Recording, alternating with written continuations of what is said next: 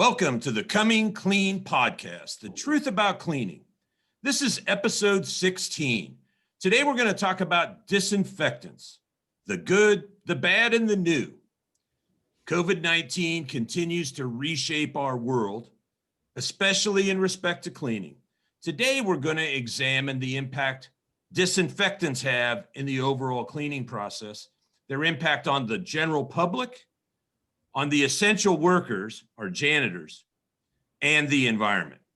Surfaces are being continually sprayed on a daily basis with disinfectants for any public area that's open. Is this the right approach? In an earlier podcast, I examined the difference between cleaning and killing. Cleaning is the removal of unwanted matter. Disinfecting is the killing of microorganisms. I also, in another episode, examined cleaning science and how it can be applied to this process to make sure that a surface is cleaned properly before we disinfect. Think about a restaurant that has a wash, rinse, and sanitize application to protect flatware and glassware when you're eating in public. It's a similar thought process for what should be happening for public spaces. So today, I'm going to examine disinfection a little bit tighter as a standalone topic. What are the available options and what are any new alternatives? So my guest today is the founder and COO of Clean Republic. His company markets medical grade non-toxic solutions across the broad spectrum. Their mission is to support human health by developing safe, sustainable, and effective cleaning solutions. He's also the CEO of Plant Aid, which does a very similar thing, but in the agricultural space. I am happy to have Jake Piccoli. Jake, thanks for joining me. Yeah, no, thanks for having me. This is it's exciting, and what that intro is so right on and so important. I mean, we're obviously faced with some unfortunate circumstances, but disinfecting is obviously one of the keys to this whole deal. But we have to do it right. And that's, what we're focused on here at Clean Republic. We've said it from the beginning. It's the same notion with Plant Aid. It doesn't make sense to solve one problem while causing another. And unfortunately, that's the reality when you start dealing with chemicals. And so we have to be very careful. And I know we're going to unpack, more and more of this, but again, thanks for having me. This is totally cool.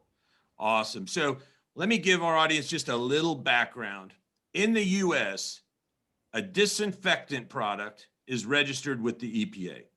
That EPA registration ensures that the product using that term, disinfectant, meets certain defined criteria. It kills specific organisms to a required level, that we have a proper dwell time to achieve that result, and the dilution rate needed to achieve that result. And all that is listed on the label and needs to be executed per the label instructions. All these products are on and if you go to the EPA site, it's a pesticide list because they kill things, right? So there are three real common types of disinfectants that are being used right now, Jake. And if you can just help our audience kind of, from your perspective, talk a little bit about them. The three main types are quaternary ammonias, or commonly referred to as quats, chlorine bleach, and the peroxide-based cleaners. So just give us a little overview of those traditional types, and then maybe we'll dive a little bit into what you're doing at Clean Republic. Sure. So quats and bleach-based products, I mean, we all know them. We all love the smell. We've been addicted to them for since about 1935. In fact, the same year that the Looney Tunes introduced Porky Pig. So, we always joke over here that, that we need innovation in the space, but quat is the bread and butter. They work. They do work. Clorox, Lysol, they've all got them. The big boys are that's what they're typically using. Cavicide, Barbicide, these names that probably don't mean so much to you unless you're in the commercial space. But they're approved, they kill, they get the job done, and we all move on with our lives. I'll circle back to the oxidizers and the chlorines, but you touched on peroxide. We know hydrogen peroxide probably more so because of the general. You get a cut or some kind of a scrape, you're going to use that to clean with to clean out the wound. However, it's also used in the commercial setting, and we use it throughout our homes. It's a lot of people, given the environment that we're in, have actually turned to hydrogen peroxide. There's some issues with it, though. I mean, it's very acidic, so it's going to bleach things. So you have to be a little bit careful. What we love and where we play is in the oxidizer space. So we touch on something called hypochlorous acid, and I know you're going to tee me up to give more and more about it. But an oxidizer, several different forms and fashions, but they're so effective, and they tend to be easier on the human body and better from a human health perspective, and that's why we deal with the oxidizers. And I can tell you, the U.S. is slowly making this transition, but you look at the European Union right now. We just launched in the UK. It's all oxidizers. That's all they want. The regulators over there, they're highly tuned in on them, and yeah, that's where we think the future of those three, that'll be the winner going forward. Yeah, no, that's great information. I'm personally, been in this business over 30 years, and I'm concerned with the amount of quats that are being applied to surfaces every day because of a couple of reasons. While they do work, I know from being in the field and working with janitors that the mixing, the dwell time, and following the label instructions is complicated, and pre-cleaning before you disinfect is another step that complicates this process. So what I fear is that we're applying a lot of pesticides into the market, impacting the public health, the workers' health, the environment, and most upsetting or problematic for me is that if they're not being applied correctly, we're poisoning our society without getting the intended outcome. And that really, to me, is the big issue, Jake. Well, here's the reality, and the unfortunate reality, I should say. 95% of the products on the market are quaternarium, ammonium, or bleach-based products.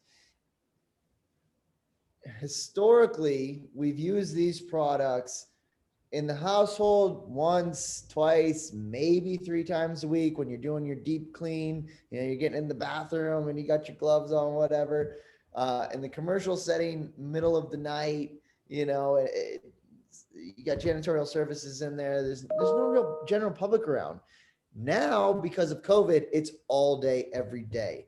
And beyond that, the application method has changed. So lots of use of electrostatic sprayers and foggers. They are efficient. It's a good way to get product out, but it's now up in the air. So we've got inhalation risk. So we have to be very, very careful, to your point about, how do we apply these products? Because when they're applied the wrong way, incorrectly, I should say, they do pose a public health hazard. And I use the example on our, when we're pitching all the time, I say, listen, we're spraying a quat via an electrostatic sprayer on an airplane.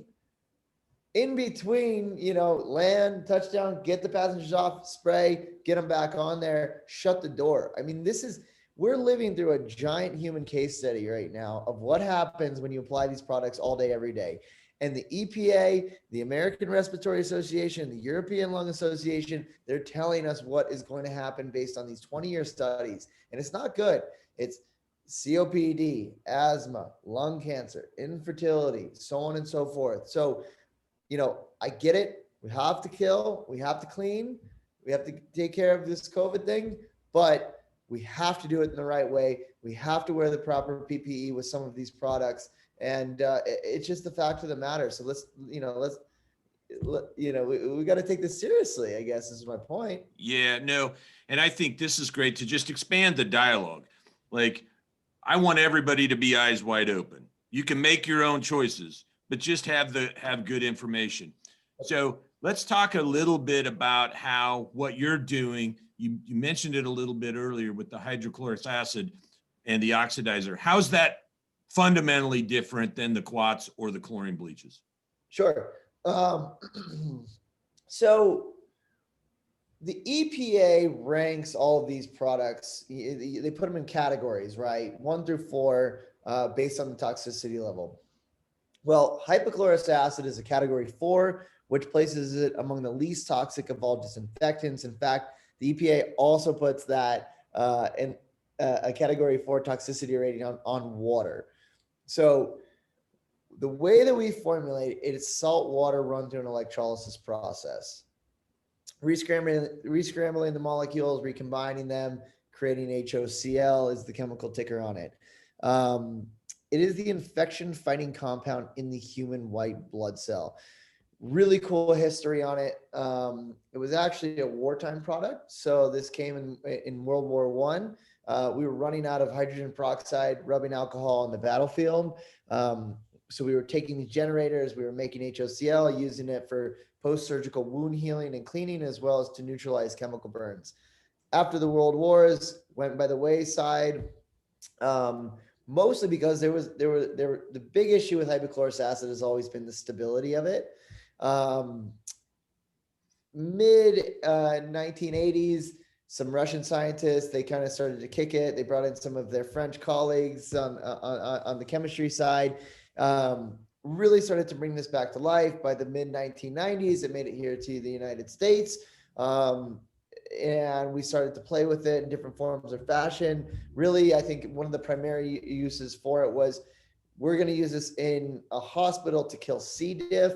Obviously, that's a huge problem here and I guess around the world. It's the #1 hospital-acquired infection. More people die of C. diff in the hospitals per year than any other pathogen or bacteria that they might absorb or come in contact with. But it was never commercialized, right? So here we are. We're going into the 2000s. We've got hypochlorous acid. We know what it is. We know it's got this killing power. We know that it's relatively safe, right, compared to the other products on the market. But how do you commercialize a product like that, right? Like, how do you commercialize a product that has a 30-day shelf life? And so we teamed up with some folks who are, admittedly more intelligent than myself.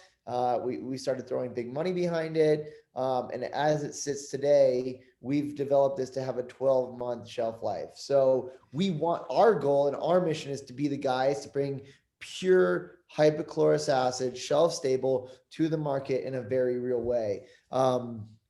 Just to note on it, because one of the things that's so fascinating about this product is that there's not just application as a disinfectant, which obviously we're talking about, but you mentioned plant aid. So this product, we spray it on crops to help eradicate molds and mildews. And powdery mildew causes more crop loss throughout the world than any other. I don't want to pigeonhole and say mold or a mold or a mildew, because there's a lot of things that cause crop loss, but this is a problem and we have the solution. So I could go on and on, but hypochlorous acid for us, it's just, we like to say we're just scratching the surface. It's unfortunate that a global pandemic really brought this to the forefront, but we're changing the paradigm of cleaning. And that's really important, and the world deserves it. Yeah, no, I appreciate you sharing all that. Fantastic. I'm familiar with the product. As you mentioned, in my experience, it's been the stability and shelf life that has been the issue, Sure. From people trying to put, their own saltwater generators on the wall and creating it on demand, but you run into a lot of regulatory issues. It's been around, but it's just never been put into the right package so that it could be effectively applied, used, trained, executed. Sure. And so I'm excited that you guys are on the track.